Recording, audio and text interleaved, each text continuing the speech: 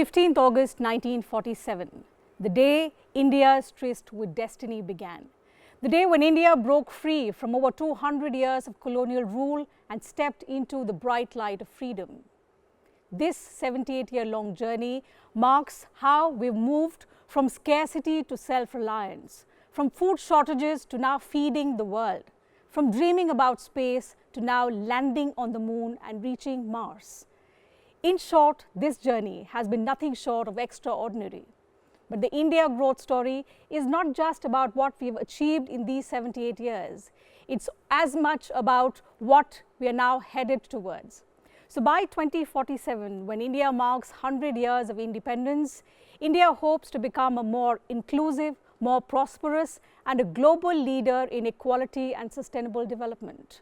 Today, as we celebrate our 79th Independence Day, we take the opportunity to reflect on some of our past achievements, the incredible journey that brings us here today, and how we look forward to achieving the vision of a Viksit Bharat by 2047. To talk about all of this, I am joined by an illustrious panel. So let me take the opportunity to welcome our panelists today on this special telecast on the occasion of 79th Independence Day. Let me begin by introducing Mr. Shashank Mani. He is a member of Parliament, BJP. He's also authored books on India's glorious journey. Mr. Shashank Mani, thank you for your time. Welcome to this special program. Thank you.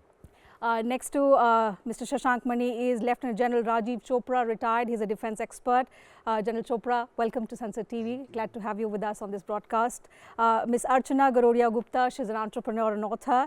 She's written books on policy suggestions for women entrepreneurs and also about women who ruled India. Ms. Gupta, thank you very much for your time. Welcome to the program. And Mr. Naveen Jindal, he's a member of Parliament. He represents the BJP. He's also an industrialist, a philanthropist, and a social worker. So glad to have you with us on this broadcast. Thank you very much. So after that introduction, let me set the context of what we're going to talk about. In order to understand where we are headed towards, what is our Viksit Bharat vision, it's important to honor the past, the key milestones that have brought us here, the incredible journey that has shaped India into what it is today. So let's begin the conversation with you, Mr. Jindal. When the British left India in 1947, our economy was in distress. In this 78 years of independence, we are proud to say that India is not just the fastest growing major economy, we are now the 4th largest economy in the world. Talk to us about some of the major milestones that you think define India's progress and India's economic growth journey. So I think that's a very long subject, because in these 78 years, we have come a long way. Absolutely. You know, we used to say, just to give you an example, we used to produce less than 500,000 tons of steel when we got independence, and now we produce more than 160 million tons of steel. Okay, and whether you talk about education standards, whether you talk about average lifespan, we talk about infrastructure, you talk about energy generation. So everywhere, every walk of life, every area, you know, we have really leapfrog, we have progressed, we have come a very long way. But still, I would say we have a long way to go, because it's a very competitive world, and so many other countries also that are ahead of us. And our Prime Minister's vision of to have Viksit Bharat, or developed India by 2047, and that's now really not just his vision, but it's I think it's every Indian's mission now. It is our mission now that we all have to work with a spirit of cooperative endeavor, and we all have to work together to make that dream happen. And so to make that dream happen, when we work together, only then we'll be able to achieve a much better quality of life for all Indians, for more than 1.5 billion Indians. So we are the most populous country in the world also today, and you know, we are more than any other country in the world. So we have to really be able to give a much better quality of life to Indians. Things have improved a great deal, whether it's in terms of you know, like earlier there was no telephone connections. In information technology, now we are a leading country in information technology, in manufacturing, in service sectors. So we have come a long way, but we have a long way to go also. Absolutely. It's a long journey, Ms. Gupta, but the fact that as a strong voice in the business fraternity, let me ask you a related question.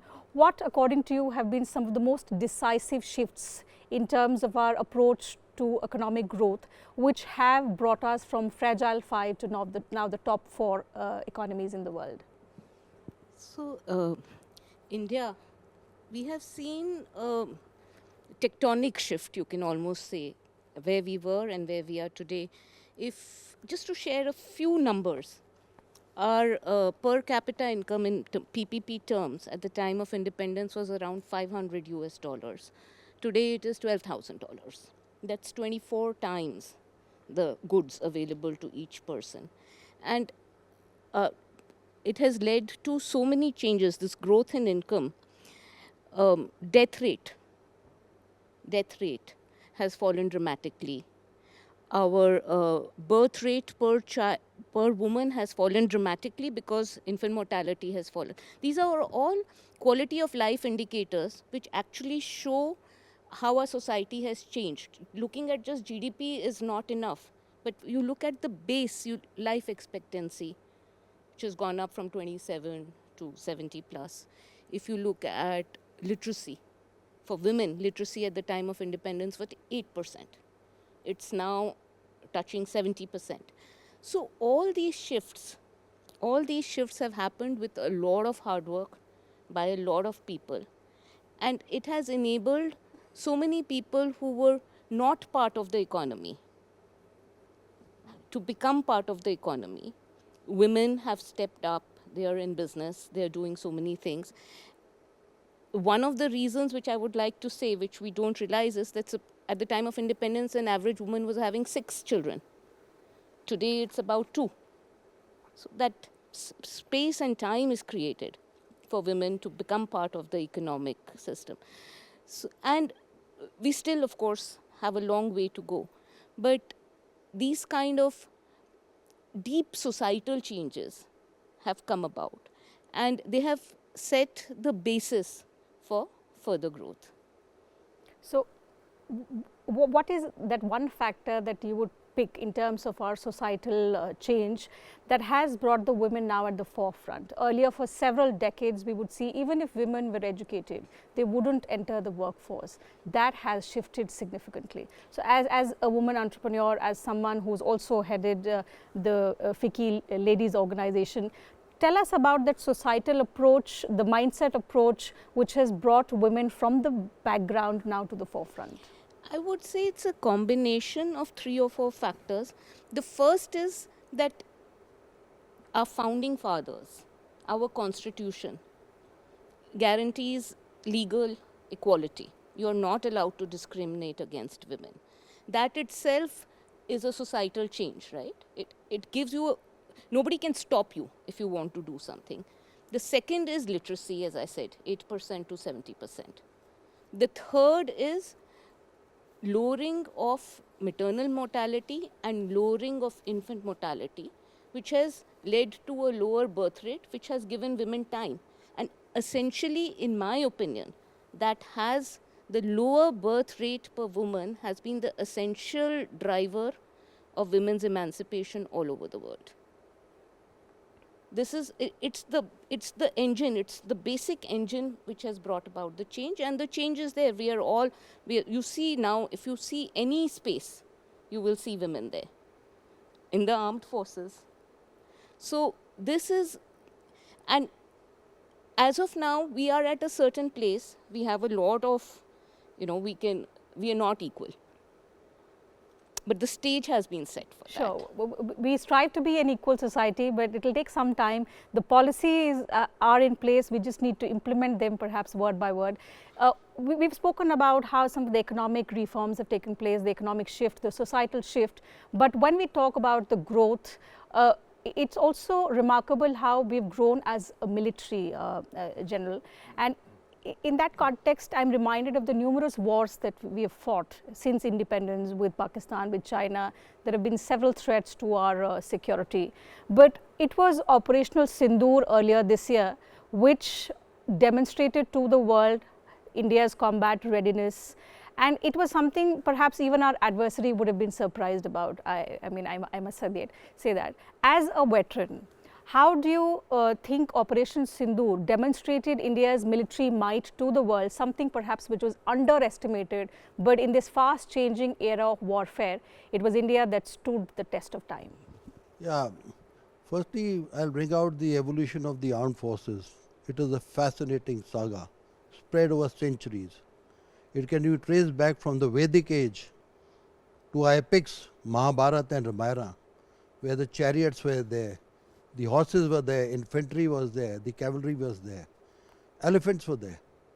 And we drive our ethos of the armed forces, our force structuring and our capabilities and the fighting doctrines from those days. That is very important. I'll bring you down the landmarks a little bit. After that, came the Gupta and the Maurya Empire. The landmark was Kautilya, who wrote the Arthashastra, which is still read not only in India but world over, both in statecraft and military doctrine. It was a game changer. He is compared with Mao Tzu, where he wins the battle single-handedly. Thereafter, another beautiful landmark which can be drawn is the rise of the Marathas, where the Shivaji Maharaj beat the mighty armies of the Mughals by guerrilla warfare. A lot of countries have taken the guerrilla warfare from there. And now coming short, we were all feudal armies, princely states. The British army, what at one point it brought out was that it was modernized the army and also made it a professional force. That is one landmark.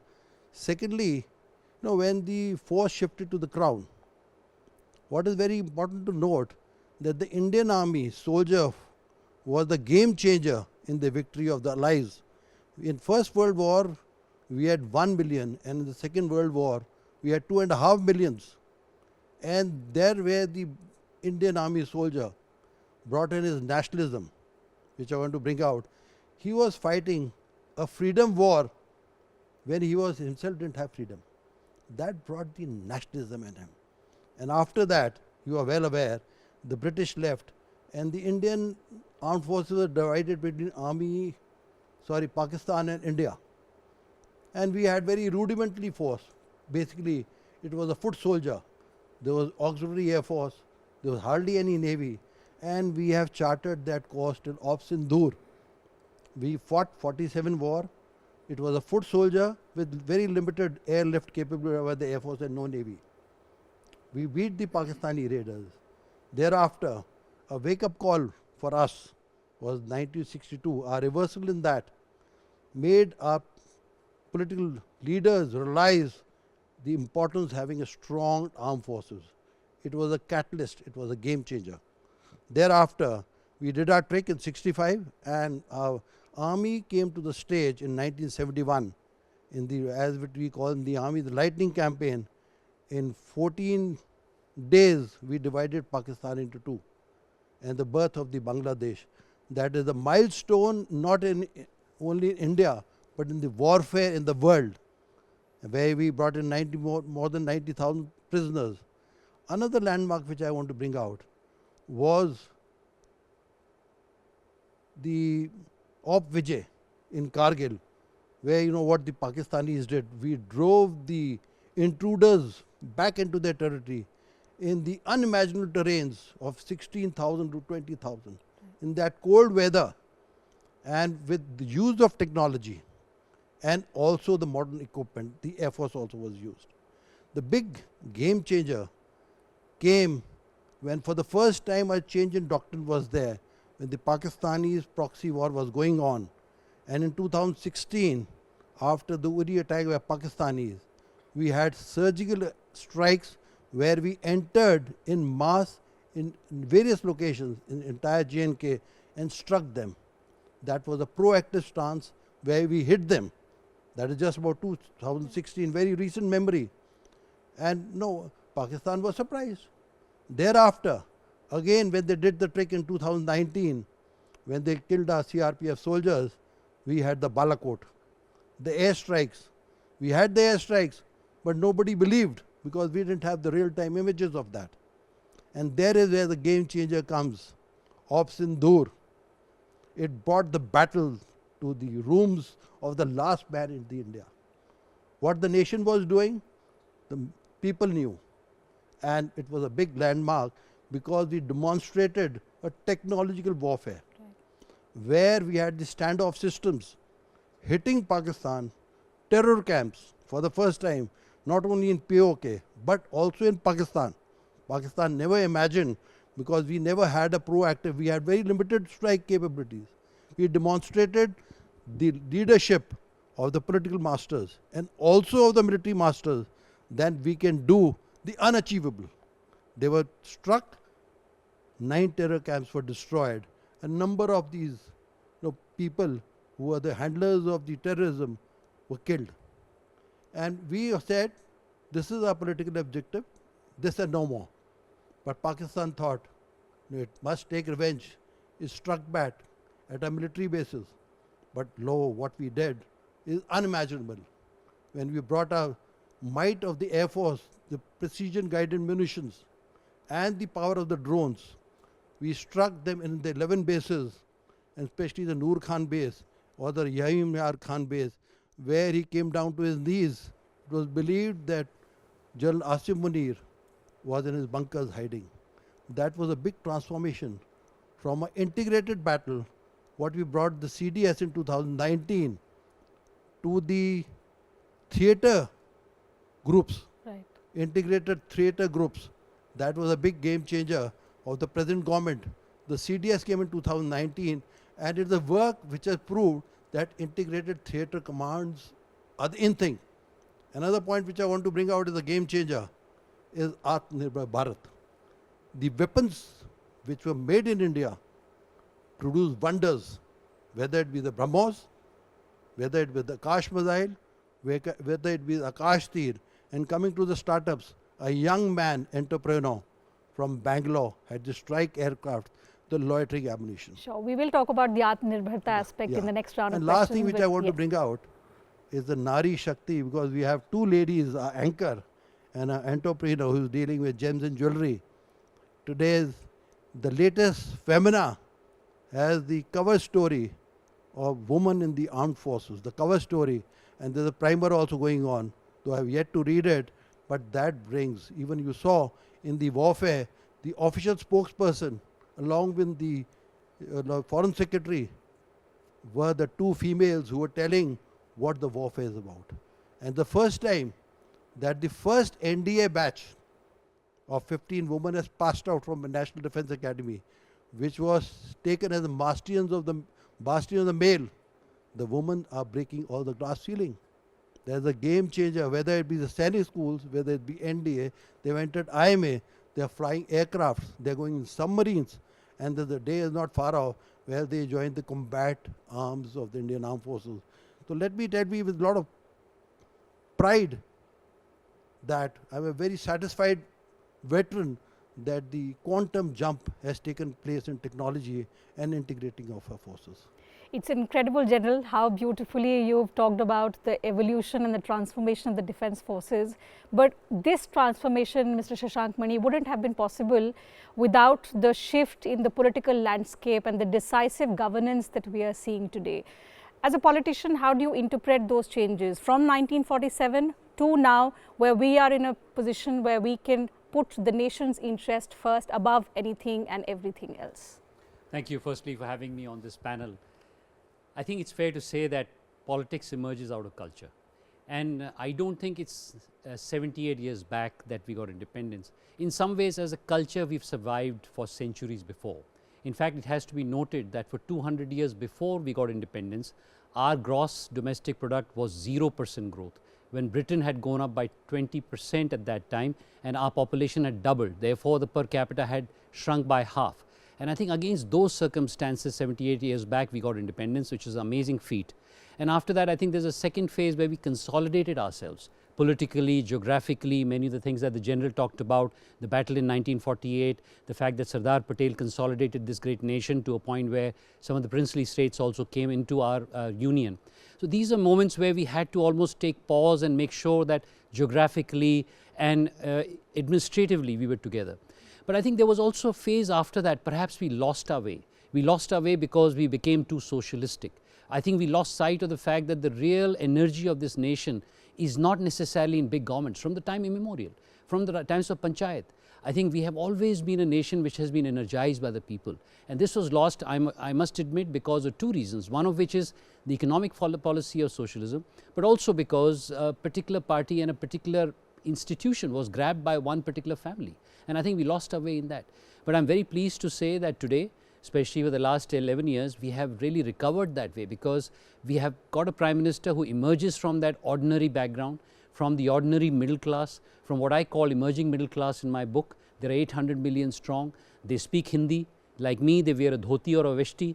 They speak Tamil, they speak Bengali. They may not be fluent in English, but they are the real heart and soul of India. So politically, that nation, that other nation, the second India, has charged up our politics, and I think a lot of people are rising from that. It's led to a lot of economic growth. It's led to a lot of political energy which is coming through, and this is where I believe that we will power up the next phase of growth that you indicated, which is Viksit Bharat. But I think one thing I must admit, that the idea of Swaraj is not just independence politically. The idea of Swaraj is getting yourself free. Swa, what is yourself? Who are you? That discovery happened quite late in our political process. And one has to say that one has to give the credit to the Honorable Prime Minister and many other people like Deen Dayalji, who talked about this in very evocative terms and who said that we need to discover who we are before we start criticizing others. And when you discover who you are, then you can then teach the world a path, which is what the Prime Minister also talks about, which is Vishwabandhu. So I believe that we've come a long way. As you said, we still have a long way to go, hence the theorem of Viksit Bharat. But I am very proud that we are at this point in the history of our great country, which is the largest nation in the world, largest democracy by far in the world, that we are looking forward to a great 23-year process of Viksit Bharat also. 78 years is a long journey, Mr. Jindal. We've spoken about some of the critical milestones which sort of laid the foundation stone of where we are today. Maybe we got lost somewhere, but now we've regained ourselves. I happened to meet an ambassador of a country a few days back, and I asked him, what do you think has changed? Because he was here in the 90s as well, and then he came back as a visitor sometime a couple of years ago. And he said the biggest change that I see now is that Indians now are confident, and when you see 140 crore Indians confidence beaming with pride, that's the biggest change that I observe. So what do you think has changed in terms of the people's mindset, in addition to the policies, the reforms that are happening at the level of governance, but as a society, how do you think we've begun to love India? How have we moved away from the era where we would hear people say, "Is desh ka kuch nahi ho sakta," to now people sitting outside and commending us for the change that we have managed to bring about in our country? Okay, well, like in these 78 years, okay, I mean, millions and millions of people have worked very hard to make things happen, and India has grown very strong economically. In 2014, we were the 11th largest economy in the world, and now we are already the 4th largest economy in the world, and soon we will be the 3rd largest economy. So obviously, when we get stronger, Indians, like most of the large IT companies, technological companies in USA are headed by Indians. There's a large population of Indians there who are working there and making things happen. So India has gained in respect all over the world. When our economy is doing so well, now it's no longer, like say 40, 50 years back, India was only seen as a country of snake charmers. Now we have charmed the whole world. And India's soft power also. India's soft power, whether it is yoga, whether it is India's Bollywood, so many places you go in the Middle East, people are talking about they remember, they know all the Indian stars, they remember Indian songs. So India has a great amount of soft power also. And so I think overall, and our leadership in the last, decades, I mean, the way India's leadership, people and Indian diaspora all over the world, they have done very well. So obviously, all these things, when we do well, the whole world respects us for that. And India is a huge market. So all the businesses all around the world, they want to come and invest in India because India is a very large market and there is rule of law over here. Things work well, so people want to come and invest in India. And they people who have invested in India, they have made good returns on their investments. So looking at all these things, India is a hot destination, I would say. India is the place to be and where growth is happening. There is no other large economy in the world which is growing above 6%. India is the only country. The rest are all below 3%. So India is growing very rapidly, and that's where and there's a lot of hope, and there's so much more to be done here. We need to still build our infrastructure. So many unmet needs are here. So there's a lot of potential is here for people to work and progress. So I'll ask you about some of the suggestions on how we can take this momentum forward. But I've often heard the Prime Minister talk about innovation being one of the key factors in our growth journey. Earlier, we were a country where we were even importing ideas, leave alone talking about innovative things. But now we are exporting innovation to a lot of countries. So that journey, of course, has been remarkable. There's no doubt about it. But what role do you particularly now see in adding momentum in the wake of the current reforms that have taken place, in accelerating innovation, but in a sustainable manner? So see, innovation, obviously Indians are very enterprising, very entrepreneurial, and especially the youngsters. The younger people nowadays, they are very smart, they have very good education, and they are doing extremely well. And Honorable Prime Minister Mr. Modi's call to make in India, had a long campaign to make in India rather than importing things from outside, that we must manufacture more and more in India to make India self-reliant. That is very, very important. To make self-reliant, whether General Saab spoke about our defense needs or like industry, education. So everywhere we have now very high-class educational institutions, very high-class universities. Now our universities are amongst the, many universities are amongst the top 200 institutions in the world. So all these things, they give our youth is very, very confident. They know that after getting education in India, when they go abroad, they're very successful. And Indians at large are very hardworking people. We don't care about whether it's Saturday, Sunday. The whole culture in our country is that of working hard, and that we have to. And we see, and we also draw inspiration from our leadership. We see our Prime Minister, he does not take a holiday, he does not take a weekend off or anything. They're working all the time. So that gives, people draw a lot of inspiration from that, and they also want to contribute. I think every Indian wants to contribute to making the India of their dreams and to making India a developed country by 2047. Today we are celebrating 79th Independence Day in 2047, when it's going to be 100th Independence Day. I'm sure that we want to see that a changed India where every Indian is happy, prosperous, proud, and we all have to work towards it. And this journey also, so it's not like happiness is going to be after we achieve that. So I think we are also very happy today on this journey to strive that excellence. Ms. Gupta, a remarkable and conscious effort that we've seen this government particularly make is to mainstream the participation of women. So when Mr. Jindal says the role of nation building should be of each and every Indian, you can't just leave the onus on the government and the others sit back and relax and see that change happen. That dream has to be of every Indian. 50% women have to contribute equally to make that dream a reality. How do you, in the current context, how effective have the initiatives been in mainstreaming women's participation from bringing or from talking about women empowerment point of view to a women-led development context and women-led development growth journey? Here I'd like to say something. You see, when anybody goes to do business, there are barriers. So there is a wall which you have to get across. If you lower the height, either if there are people who are challenged, you can give them special ladders, you can make it easier for them to cross over, or you can just lower the height of the wall. So if the height of the wall is lower, then all sorts of people will be able to get across. So here I'd like to commend the government I've been in business for a long time now, and definitely with digitalization, with so many initiatives, our interaction, it is far easier to get so many things done than it used to be, which itself enables women or people from other, other communities who don't have as much access. It makes it much easier for them to get into business, and it makes it much easier for them to stay in business. For women, it is very important to have role models.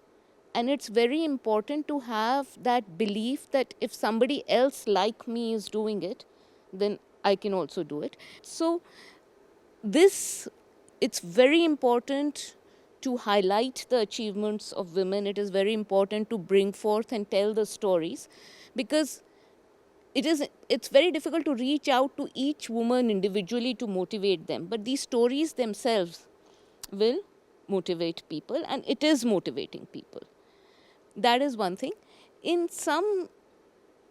One thing which I think really hinders women's independence, and it hinders their ability to borrow, is that women do not they don't own property. Though our law now allows for equal inheritance for men and women, but de facto, roughly about 10 to 12% only of land property is owned by women. If you go to take a loan, a business loan, mostly banks will ask for collateral. So that is a barrier. For that, the government is taking some initiatives to have lower stamp duty, transfer duty, so that for women-owned property, which is something, if you create a bigger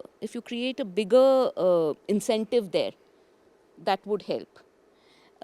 The other thing is that government has increased the quantum of collateral-free loan, which is available from the banks. That again helps women, because women's access to finance is less. General Chopra, what sets India's growth story apart is that we are not following the other countries or what they have done in becoming a developed nation. We are looking at our own problems, we are looking at our own society, we are looking at our own roadblocks, and we are devising our own models. In that context, in the defense sector, we've seen that kind of thrust on Atmanirbharta. So looking at our geographical threats, looking at the larger geopolitical scenario, how has Atmanirbharta shaped India's defense readiness, not just to handle the present challenges, but also the futuristic challenges? Firstly, I'll bring out, it was a dream, a concept, Atmanirbhar. And we all mocked at it, is it not possible because you are used to importing. Right. But if you see the current geopolitical environment, it is a necessity. No, you start from 1998 when we had the nuclear blast. We came under technology denial regime and we innovated. That was the first step. Thereafter, if you look, today Mr. Trump is doing whatever he is doing, the tariffs. China is denying us critical technologies. They are not giving us the magnets, the rare earths, material. What do we do if we don't become Atmanirbhar? So that is a necessity. Global supply chains will fail, but Atmanirbharta will not fail. This is the concept. And like we have been saying, make in India, make for the world. We are prepared to have alliances with all the nations, especially with Israel we are doing, with Russia we are doing, with France we are doing, and we are trying to do with the others also. So I want to bring out the success of the Atmanirbhar Bharat. We slowly are becoming an exporter. 2 days, 3 days back, you saw the President of Philippines coming here. He was bidding for the BrahMos. Malaysia is looking at it. Even Indonesia is looking at it. Indonesian President was the chief guest for the Republic Day parade. The main thing was the BrahMos. We had done wonders with Akash, and the Akash Tir system, which I was speaking to the Honorable Minister of Parliament, it is the network-centric warfare. We are also going for cyber securities. Therefore, firstly, it's an essential thing. And slowly we are taking steps. Our weapons are getting exported to the African nations, to the Southeastern nation. We have, I don't have the figures at the moment, but we have increased multi-fold exports of defense equipment in the last 10 years. And we are slowly reducing our imports. We are cutting down the non-essentials, we are innovating it. Like you've seen, missile, our Honorable President Abdul Kalam was known as a missile man. When we were denied, he innovated. And we have the best of missiles today. Prithvi, Agni, BrahMos with the Russian collaboration. We have the best talent. Our manpower is our asset. We are exporting it globally. Everywhere the best of technicians, technological bosses are Indians. If we nurture this talent, I think our DRDO and research and development will be the best in the world. That is my dream also as a veteran of the Indian Armed Forces. Are all the indigenous systems, whether it be the L-70s, whether it be the Akash missile, whether it be Akash, the air defense systems, they all produce wonders. BrahMos missile. One BrahMos went, like the Honorable Raksha Mantri was saying, हमसे मत पूछो उसने क्या destruction किया, Pakistan से जाके पूछो. It brought Pakistan to the knees. That is what is Atmanirbhar. And my also suggestion is, if we want to have Atmanirbhar, there are 2-3 things the government is already doing. One, the defense budget is below the threshold level of 2%. We need to increase it because money makes the mayor go. That is one point. Secondly, there's a lot of technological and the budget gap between us and the China. Our competitor is China. They are spending in technology and budget. That's why we have to bridge the gap, because our main adversary is China. So we need to increase our defense budget, and also we need to invest in the R&D, both in space and with the Defense Research and Development Organization. And like we are, Honorable Prime Minister again doing a very, very nice thing of, we are saying this startup, the strike aircraft with the loitering ammunition which caused havoc in Pakistan was by a young man of Bangalore, and we are nurturing him now. When we say that India is in a way is now innovating not just for itself, India is making for the others, making India for the world. What is the kind of trust that, and I ask you this because you are a representative of the ruling party here, tell us about the approach towards not just making our own country secure, but providing the best of what we have to countries in the global south, countries which have largely remained underrepresented. So something that we have the best for our population, we're also sharing with the rest of the world, with countries that need it, in line with our policy of Vasudhaiva Kutumbakam. Yes, I think the word innovation has to be divided into 2 parts. You know that I am a technologist, I come from an IIT myself, but I think the indigenous innovation which is happening in society today is a very important component that we often forget. Indigenous innovation doesn't necessarily mean that you have to be in a very big lab or put in a lot of capital. It happens in society, and it's happening at various different levels. Some of the things that are happening in Devariya, my constituency, with respect to women using digital, would you believe they're annotating for artificial intelligence in my district. There is a Hindi and Bhojpuri call center which doesn't require a huge amount of innovation. And therefore, I think this act of innovation should be a national strategy, but it need not be exactly the same as the Israelis have done. For instance, the Israelis have done very high-end semiconductor innovation. Their GDP has got almost 5% in R&D. We are also low. I concede the fact that we need to go up higher. So I think in answering your question, I would say that we have a great opportunity of making what I call humanist innovations. And I think a lot of the West has traditionally done what I would call technology innovation for technology's sake, industrial revolution, industrial innovation. I'm here to tell you that our country is producing humanist innovation, which is number 1, relevant for people. Number 2, is in line with the planet and the environment. Number 3, talks about women in a very different way than we have talked about before. This Adhiniyam which is coming, the legislation that is coming in next time of having 33 parliamentarians is one indication of that. And number 4, it doesn't require necessarily huge dollops of capital. And I think 5, it is exportable to the global south. And I'd add a word. It's not necessarily the global south, it's that emerging middle that I keep talking about. There are 800 million people in India, 80 crore people, 10% of global population, which is neither rich nor poor. They're capable of innovation. There's similarly about 4 to 5 billion people globally who have suffered what the West has thrown at them, which is essentially costly solutions which there has been imposed sometimes through the power of capitalism or through other means. Here's an opportunity for India to say, sorry, but there is another world, and that world is that if a woman wants to innovate in her own way in terms of a baby warmer, that is also innovation. If somebody wants to create आधार के बल पे अगर हम लोग digital कर रहे हैं, आज की तारीख में तमाम लोग UPI का प्रयोग कर रहे हैं, वो भी इनोवेशन है. तो तरह तरह के ऐसे नवाचार हैं जो आज की तारीख में हम लोग को आगे बढ़ाने पड़ेंगे, और मैं समझता हूँ इसके लिए पूरा विश्व तैयार है. हम लोग ही नहीं, पूरा विश्व भारत को अगुवाई, they are looking for leadership from India to do that. Even in defense, if I may just add one thing, I mean, I am a big proponent of non-kinetic warfare. Actually, I wrote a fairly long paper on this 3 years back, because I believe that traditional warfare, which is I mean, there was this Operation Night Thunder, which was done with B-2s taking off, 32s taking off from a base in Florida and flying across and hitting some. That's fine. But the real battle is about drones. The real battle is about autonomous. The real battle is about kinetic, the non-kinetic. So how do we innovate so that we are able to be relevant for our country and relevant for the world?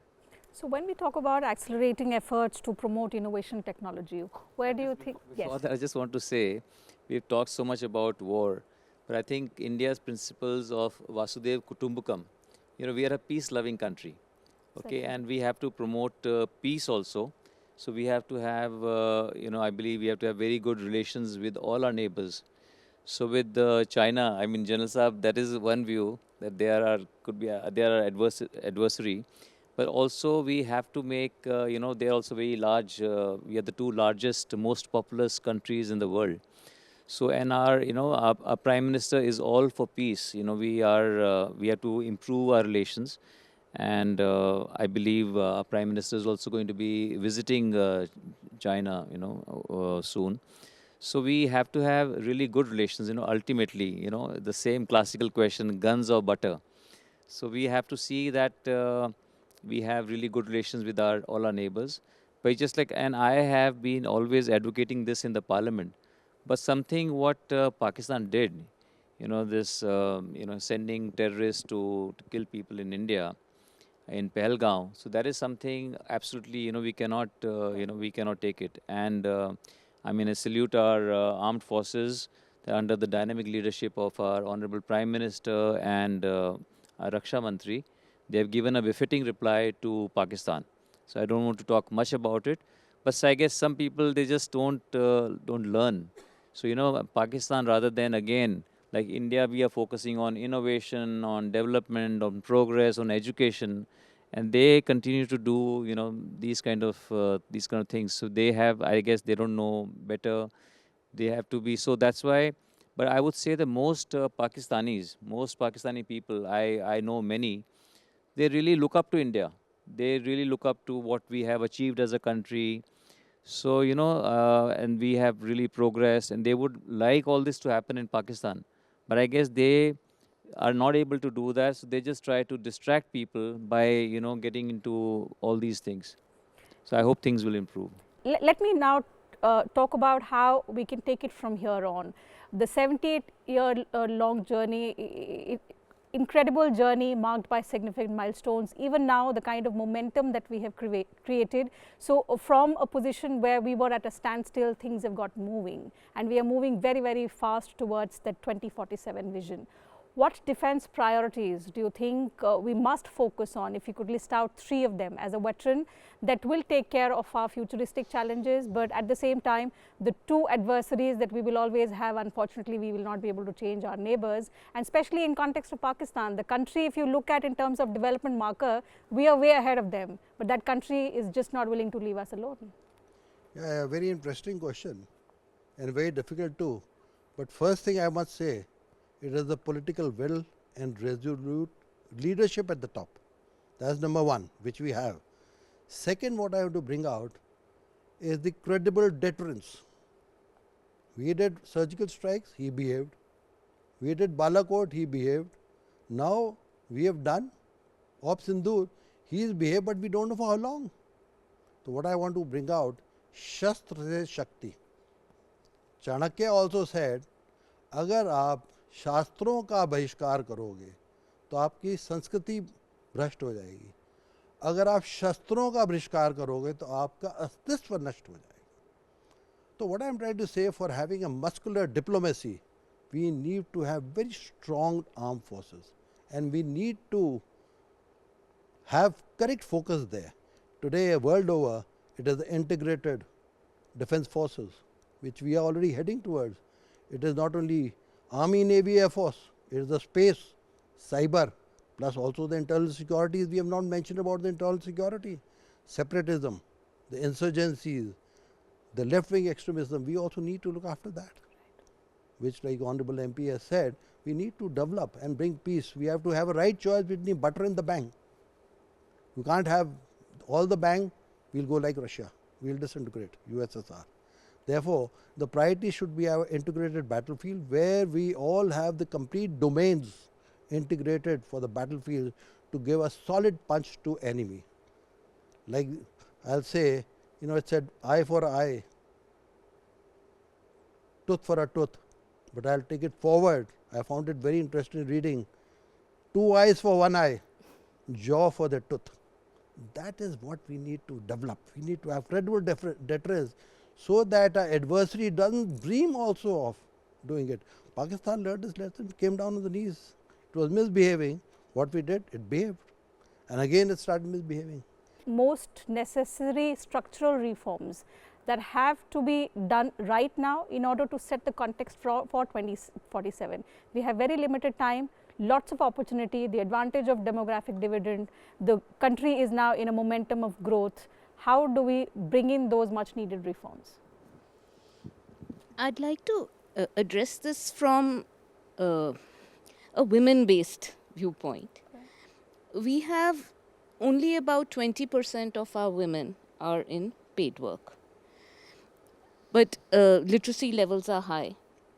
These women are all very capable. If we can harness the energy of these women, it would be a significant driver and contribution to the country's growth. And it's well established that when women are spending the money, when women are earning the money and spending the money, there is a theory of the double dividend. Because women tend to spend more on the education and health of the children. So they build social capital, the same money being spent by a man versus being spent by a woman. And this is well established. The data is very clear on it. The society grows much faster if it is spent by a woman, because they build social capital in their children. Now, how do we get women to be in the space to earn money and to spend it? We have the concept of India Stack or JAM. Right. You have the Aadhaar, you have the Jan Dhan Yojana, and you have the mobile, the phone. So most women who were totally not in the system a decade ago now have access to their own bank accounts. They have access to a phone, most of them, if not smartphones, but most of them have access to a phone, and they have a ID. This would enable them to do businesses, and particularly enable them to do digital businesses or e-commerce. Another something which is distressing to me is that there are very few jobs in the rural areas. The jobs are all in urban centers, and it leads to a culture of migrant labor. I think there are 400 million migrant laborers in this country. They're living away from their families. This is distressing. It's not the way to live. But as a growing economy, this is what we do. If we can somehow push jobs and incomes to rural areas, that will lead to, of course, many people who are less mobile, they could participate like women, and it would lead to a much happier family life. Government should develop e-commerce, participation in e-commerce by women artisans. Women are producing many products, agriculture, crafts of all sorts. And as a person who is exporting Indian crafts, I can tell you that I source things straight from the villages, and I get a 5 quality rating in Germany and Japan and all the countries. I'm not even doing any intervention in the quality. So this is something we have the largest pool of artisans in the world. This kind of business is highly labor intensive. It takes income down to the, the most very deprived people are the people who are earning from it. And let me also add the youth dimension to it. So we expect, of course, the women and the youth to be major drivers of the transformation by 2047. Where do you see major reforms or major, say, motivational steps from the government side to bring them or make them part of this development journey? Not just make them part, but make them drivers of that journey. And I think it's about creating a revolution of entrepreneurship. And that revolution cannot be confined to the large cities. And much of my book talks about that. The tier 2 and tier 3 districts, which are neither very rich nor very poor, which is where a majority of our youth today are finding. And today the mentality and the narrative which has been given कि सरकार की नौकरी करो या private sector में नौकरी करो, private sector में नौकरियां कम हो रही क्योंकि ऑटोमेशन हो रहा है, सरकार में नौकरियां कम हो रही क्योंकि वहाँ पर बहुत ज़्यादा वो रखता नहीं. लेकिन आज की तारीख में खास करके उत्तर भारत में नवयुवक समझता नहीं सर मुझे जाना है दिल्ली में GSRI में बैठ के 10 साल के लिए एग्जाम दूंगा. इस पद्धति को ख़त्म करना पड़ेगा. We have to stop this. We have to stop glorifying people who are just doing exam. What we need to do is instead say, we will give you the infrastructure, the base capability. What are those capabilities? There are 7. There's a market connect we need to give them. There's mentorship we need to give them. There is money we need to give them. There is mahal we need to give them. There is miscellaneous services we need to give them. Sometimes we also give them mitra and we need to mobilize them. And this is the way that youth have to stay where they are, stay put. One of the advantages of women is that they don't take a train and run away to Pune to become a chaprasi in some place. What we need is, we need to attract those people to say, this is a hiding for nothing. You go away, your wife is in your village, you're living a separated life, you're anyways only getting back 2-3,000 rupees, after that 25,000 that you're getting. In my constituency, I have a Hindi and Bhojpuri call center, which has got the least biggest attrition rate, Amazon ka hai. Which is essentially saying, because 15,000 रुपये अगर आप मेरे गांव में देते हो, मेरे ज़िले में देते हो, it's like 35,000 rupees in Pune. So how do we make sure that we have those self-sustaining mechanism? And I believe I have named it. It's called a Banyan revolution. हमारे पास हरित क्रांति थी, हमारे पास सफ़ेद क्रांति थी, अब बरगद क्रांति लानी है. बरगद का मतलब नवयुवक अपने बरगद के नीचे बैठे, अपने साथ 10 लोगों को साथ बनाए, वहाँ पर उद्यम खड़ा करे. They need to become entrepreneurs and we need to change the narrative and we need to give them a certain amount of capability at the district level. It is very critical that we get away from this moh maya of these very big cities, which frankly for 200 years did only one thing, which is shoshan of the rest of the cities. मैं भी मेरा भी मैं रह चुका हूँ as a thing in Bombay and I do have no disrespect for them. I think they need to also go ahead. ऐसा नहीं कि it's one or the other, but it's about time. We focused on that real India and gave it the capabilities of the things that I just talked about. Okay, Mr. Jindal, based on what the other 3 panelists have said, where do you think India should promote and focus its efforts to build innovation, to promote innovation? Technology was spoken about and entrepreneurship in the next 2 decades. I think it's already happening, first of all. And I think something which we not spoken about, that is skill development. That is again a favorite topic of our Honorable Prime Minister. Right. That there are a lot of youngsters who do not really finish their formal, college or university, but they can learn some skill, and there is a huge shortage of skilled people. So there is unemployment, but a person who has skills has there has a lot of opportunities for them. So, and I think with that skill development also, they also aid in innovation. They could be everybody. So and we have to encourage innovation. And Indians are, they are jugadu, they are innovative. So, and like lots of ideas. Shashank ji gave so many good ideas. I sitting here, I'm hearing his ideas. I'm very inspired to read his books. So there's lots of good ideas, lots of good things happening. It's just if we give a more conducive environment where people can prosper, people can grow, and obviously women, like I also forgot to mention the self-help groups. That's a really big movement. The self-help groups, they're able to access capital, they're able to access support, and obviously marketing is what needs to improve further. So I think we are on the right track, and it's a long journey. But we have to enjoy every moment of this journey, and I think we are on that path right now. So I'm very hopeful and optimistic of the future. We have great leadership to guide us. And today, Indians feel inspired. Today, Indians feel empowered. Women feel empowered in all the good things that are happening in the country. And so together, and we need to work hard. There is no substitute for hard work. We need to work harder, we need to work smarter, and we are on the right path, I feel. Absolutely. And you know, since I have two members of parliament on the panel, I am just curious to ask, you spoke about not glorifying some of these career options and glorifying the ones that have not been glorified so long. India needs the youth to come majorly in politics and decision making. How do we glorify a career in politics so that somebody who is from a non-political background aims to become a member of parliament at the age of 25? Yeah, very good question. I just want to add to what Naveen said. See, the act of Viksit Bharat will create a lot of productivity, a lot of utsah, a lot of entrepreneurship, a lot of innovation. That act itself is important, not because it will just increase the GDP, because it will give meaning to the lives of millions of people.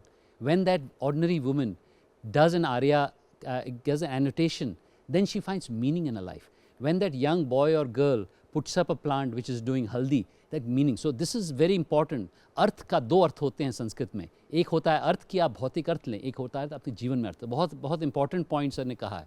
Now coming to your point about how more people get involved in politics, I firmly believe that this government and the Prime Minister has encouraged all of us two included, to enjoin the politics of development. Previously, politics used to be a game where you went in there, you put up a poster, you got a ticket, and then you essentially did politics. And I think that especially in North India, a new wave is coming. A new wave says that you need to make an impact. What the Prime Minister has done for so many people, 25 crore लोगों को उन्होंने एक तरह से poverty से उठाया है. That is impact. When you talk about Jal Jeevan Mission, when you talk about Swachh Bharat. So this whole nation has been trained over the last 11 years into a politics which is different. This is politics not of narebazi, but of discipline, of not of just making sure that you are there, Inqilab Jindabad, Inqilab Jindabad. I think you are about making sure that Bharat Mata is better. And that politics requires a certain amount of discipline, and it requires change. So I'd invite every young person to think about a district, a Vidhan Sabha, mayoral constituency, a ward in a particular place, a building society, and then make change happen and then ask for votes. Usually people did the reverse in previous politics. They asked for vote and then say, chalo hum karenge baad mein. Now the politics has changed. Vikas and Rajniti have to go together. It's not an easy task. The Prime Minister is working day and night, as has been said before, because both of these two require, frankly, two different individuals. But I'm enjoining the young people of this country to join politics to make sure that development is center stage, and then political votes will come. Because today's India, today's republic has been essentially kind of coached for the last 11 years to think about politics not as a means of getting yourself rich, but making sure that you actually enrich Bharat Mata. Okay. So I would say that young people are already encouraged. All the political parties, they encourage young people to join. So it's like what Shashank ji said. So people or youngsters, they need to see what they want to do, what kind of India they want to do. So they must also feel responsible, and they must do things that are important to them. So I would just say, and especially it's 15th August, as a symbolic gesture, display the greatest symbol of our country, that is our national flag. Okay, the Tiranga Jhanda. If we display the national flag, just by displaying it, you demonstrate that you rise above your political affiliations, your religious affiliations, and that you are a proud Indian. And the national flag would always remind you of your duties towards the country. So I think that keeping the country's interests in mind, if we all work with a spirit of cooperative endeavor, we can make India, we can make Bharat the country of our dreams, a Viksit Bharat by 2047, and let's really enjoy this journey. And thank you so much. I really enjoyed participating in this discussion. Thank you. Thank you very much. Very, very interesting and a motivational message. We'll have to wrap up the conversation. I would have loved for this conversation to continue, but time allows me to take up only that much on the program today.